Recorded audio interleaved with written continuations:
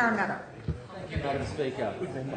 Madam Speaker, my question is directed to the Minister for Western Sydney, Minister for Westconnex and Minister for Sport. Why is Westconnex a vital project that will... I can't hear what the member is saying. Would you start again, please, Member for Parramatta? Pleasure.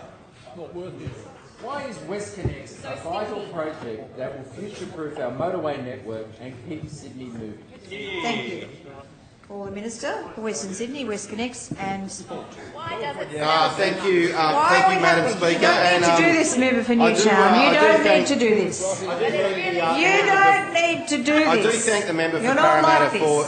I do thank the member for Parramatta for his question. He is a representative of Western Sydney who understands how important it is that we invest for the long term in our motorway network. His community, like many communities across Western Sydney, has had a motorway network that is simply incomplete. It's got gaps in it that doesn't allow us to be able to move around our city in the way that we demand in a modern Sydney. It also means that we can't get to and from work.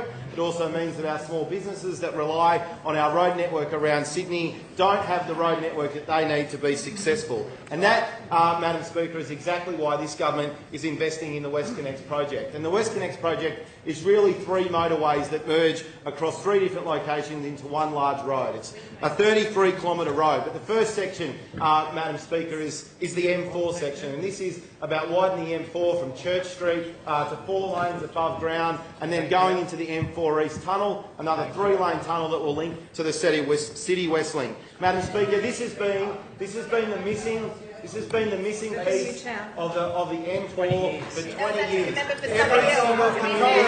Every single community across Western Sydney knows that the M4 East and that tunnel connection has been the missing piece, and that's what this government is delivering. We also, Madam Speaker, know that when the M5 was first opened, that it was never built big enough or large enough to maintain future growth.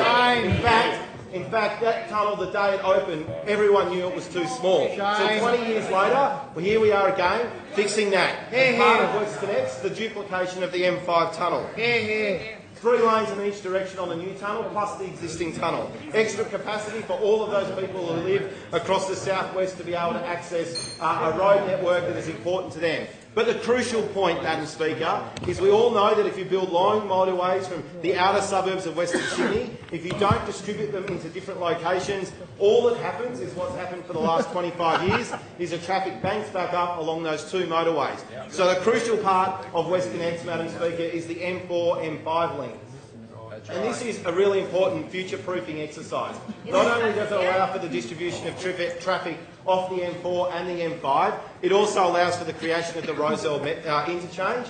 That interchange will be largely built below ground, and it will provide connections onto the Iron Cove Bridge, also towards the Anzac Bridge, and provide that southbound connection. It also allows us to put the first stub in the ground for the Western Harbour Tunnel. That is the key difference about our government compared to what has happened here in the past. We are making sure the infrastructure we build today is focused on the future, and we also set us up for future investments like that Western Harbour Tunnel. And the same thing is happening in the south of that M4, M5 link. That is going to be the forerunner to what would be the F6, providing that crucial long-term connectivity to the south of Sydney and down to the southern part of our state. So, Madam Speaker, this is what happens when you plan infrastructure properly. When you actually do the strategic business cases up front, you get the funding model right, and that includes a combination of both upfront funding as well as user-pays funding with toll. And we understand that that's going to be an important part. And the simple fact of the matter is, Madam Speaker, that without this project, Sydney will simply grind to a halt. But so, Madam Speaker, I think it's important that we actually look at what the alternative policies are in New South Wales when we're considering the Westconnex project, making sure those suburbs in the southwest get access to a widened M5, making sure those suburbs in the centre of Sydney get access to the widened M4. And given how much we know and how important that M4, M5 link is, I think it's also just considering what Labor do. And here we are, we've got the Labor policy document here. It's got a nice little name, A Better Way, Labor's infrastructure plan. So, a couple of things here. Complete the M4 and complete the M5. That sounds pretty reasonable. Another little point here. Start construction of the second harbour crossing. We're doing it. Sounds like they're pretty much following us. That's going pretty well here. I turn a couple of pages over and I come to this little section here. Point 5 on their Better Way infrastructure plan. Not proceed with the proposed tunnel linking the M4 and the M5. And so, no more M6, no Western Harbour Tunnel, which is actually their own policy, no mechanism for being able to distribute the traffic off the M4 or the M5. So really, Labor's transport policy is calm again in Sydney. It's calm again. Parramatta. Yours is calm. Yeah.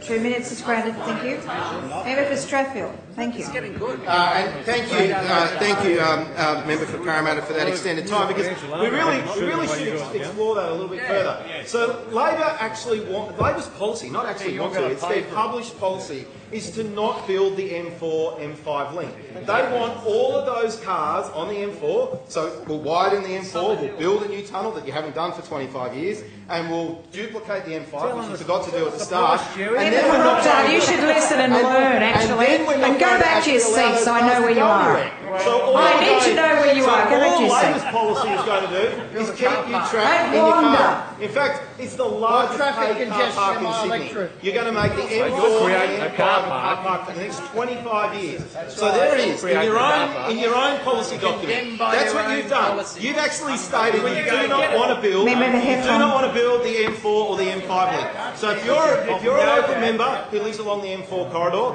if you're a local member who lives along the M5 corridor, go out and explain to your local communities where those cars are going to go, when your own policy position, Member for Londonderry, it's not an argument. right there, your own policy. You don't Member for actually want to Londonderry, you don't have the So floor. here's the lesson. You guys have been sitting over there for 6 years watching how good government happens. Member for and Rockdale's on 2 calls.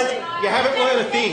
You haven't learned a thing. Canterbury's on the call. You have not learned a thing. Cease shouting at the minister. Member for Canterbury's on 2 calls. You haven't learnt a thing. You actually have got no way of funding M4, M5 because you don't support any of the economic policies of this government. You've got no way of supporting the duplication of the M5. You've got no way of building the M4 tunnel. You actually reject the only way you can build the Western Harbour Tunnel in your own policy document. You've clearly sold out the south of Sydney, so forget about the F6 there, because your own policy statement says you've got no plan to Member build for the M4, Rockdale, you're on M5 link. 3 calls. Next time you're out.